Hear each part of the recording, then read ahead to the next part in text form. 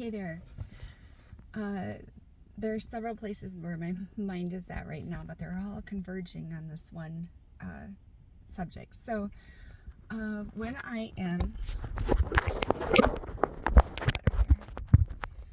I'm getting in my car in the morning and heading off to work, I am always already in an open space, typically, because I've already done like a morning meditation and aligned my energy and everything. And I'm never thinking about, ooh, I'm going to create this video, or I'm going to create this video. Instead, what happens is I'm in that space and on my way to work, and Spirit will inspire me with something to talk about. And it doesn't happen every morning, and I'm okay with that, totally. Because when I do get that inspiration, it's kind of like a voice in my head. It's not even a voice. It's a feeling. It's an inspiration, and we all feel inspiration in different ways. But when you feel it, you know it. So however you feel inspiration, go with it. So what happens is I'll get the inspiration. Like this morning, on my way to work, I had said my prayers and had done my tapping to clear my field, and I felt inspired to practice what Wayne Dyer, who is an author, and you've probably heard of him, what he has called Japa meditation. And this is something that I practice every now and then. And so I got the inspiration to practice that this morning on my way to work. I do that every now and then on my way to work. And as I was practicing it, that's where the inspiration came for, oh, you need to share this. And immediately when I feel that inspiration, I get excited, like, okay, yeah, I can share this. And then that inspiration hits my human stuff. So all of the insecurities that I have inside of me based on my past history with maybe being judged in the past, and comments that have been said in the past, where I start to feel afraid to shine my light or feel afraid to share something that could actually help people because I may be judged. So I'll feel that inspiration, and then it hits my human stuff, and then my body starts to feel nervous, and it starts to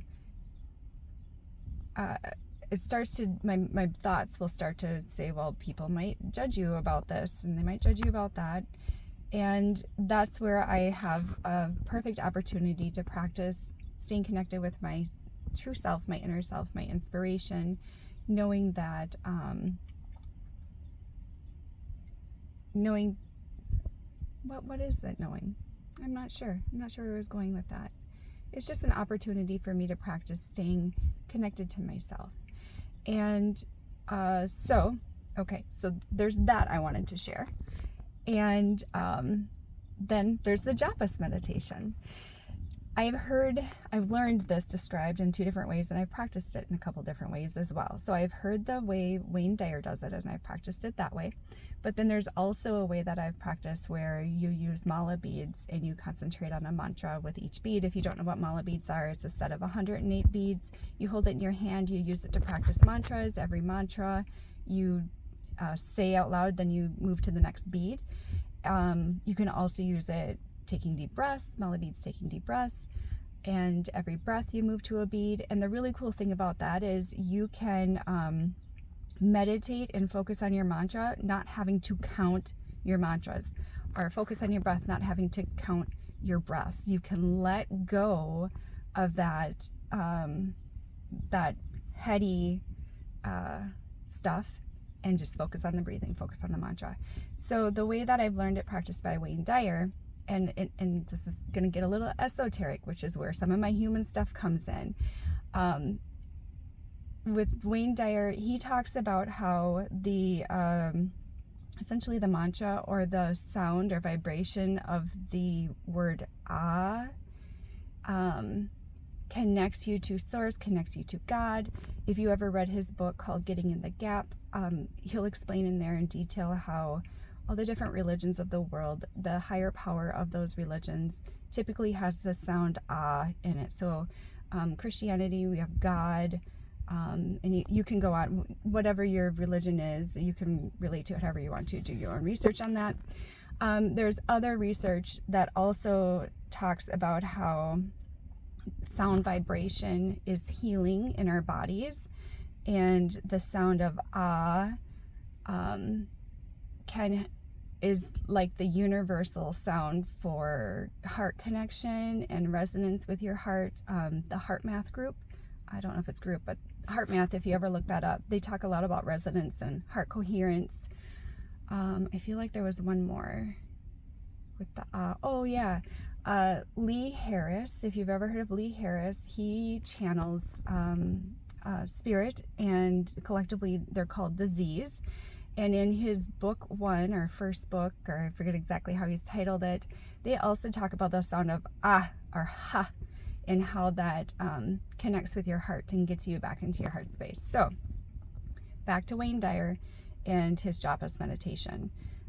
In his book called Getting in the Gap, and in his meditation CD that comes along with that, he uses the Lord's Prayer, or I think he calls it our Fathers, to practice this. And he focuses on getting into the gap between the words. So in the Lord's Prayer, it starts with Our Father. So with the meditation, you picture the word R, O-U-R, and then you picture the letter R. I'm going to take that backwards. Let me back up a little bit. You have the word R, and then you have the word Father, and you can see those words in your mind, on your mind screen, in your mind's eye. And then you focus on the space between the letter R from R and the letter F from Father. Just focus on the space in between those letters, because it's the spaces in between the doing in our lives that really puts structure to our world, right? It's the space between the walls that creates the room. It's another whole concept. So anyway, you focus between those letters, and then as you've got your attention focused there, you verbalize out loud the ah sound. And as you're doing that, not only are you creating that vibration that can be beneficial throughout your body and help your body get into resonance, but you're also hearing the sound of your own voice, which a lot of people don't connect with on a intentional basis, and that can be healing in and of itself too. So this is where my human stuff gets in the way again, because I am actually going to practice this with you, but I'm going to practice. So with Wayne Dyer, he would do the Our Father. He would do the ah between the R and the Father, and then he'd go to who. So Our Father, who. So between the R and Father and the W and who, he'd do the ah there. So that's one way you can practice it, but I like to practice the short version using the word love. So when I'm practicing this on my drive on the way to work, I see the word love in my mind's eye, of course, as I'm still paying attention to the road, and I focus on the gap between the letter L and the letter O, and then I will say out loud, and this is where my human stuff comes into play. I may actually cover my face on this video when I'm doing this. There is a history where certain folks, loved ones of mine, would start to giggle if they heard something like this happening, and they would have a giggling fit. So that's where some of my human stuff comes in too. We all have that history, right? And we all have the tendency to feel uncomfortable in situations and have a response to it. So picturing the letter L and the letter O in the gap between them, and getting into that gap, getting into that space and allowing that space, and then verbalizing ah. So and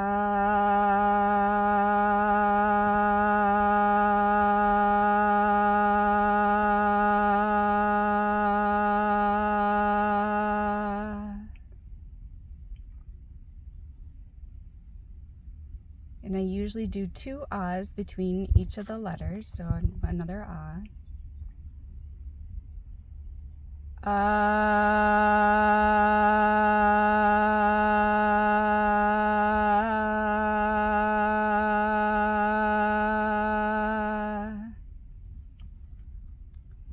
I'm sure you heard that my voice shook a little bit, and you're going to notice that, and that's okay. And this is another opportunity to practice being okay with yourself, hearing your voice, feeling it resonate in your body. Your voice is unique to your body for a purpose, right? So it's okay to connect with that, and it's okay to notice fluctuations and know that fluctuations are okay, and it's just working itself out, working that energy, working throughout your body. So then I would go on now to the O and the V, and I would picture that space. I would connect with that space between the O and the V, and do the ah.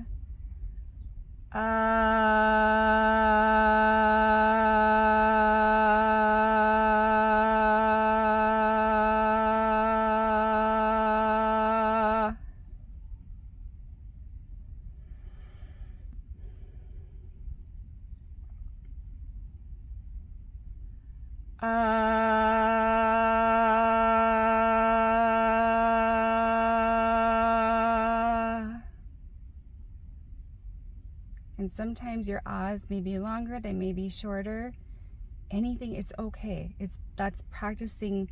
There's no right or wrong, and we're so stuck a lot of times on right, wrong, good, bad, that to practice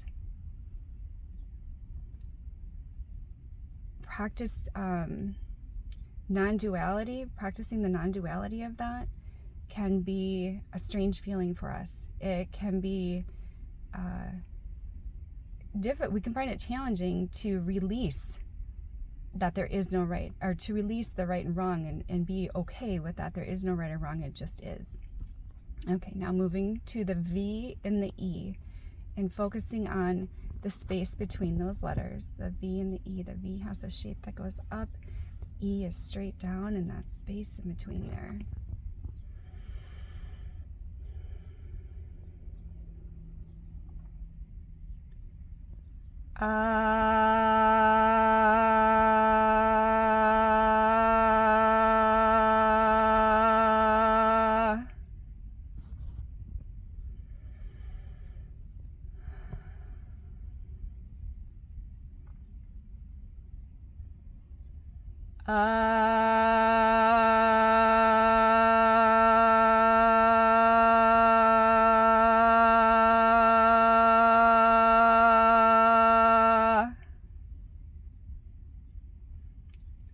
And there you have it.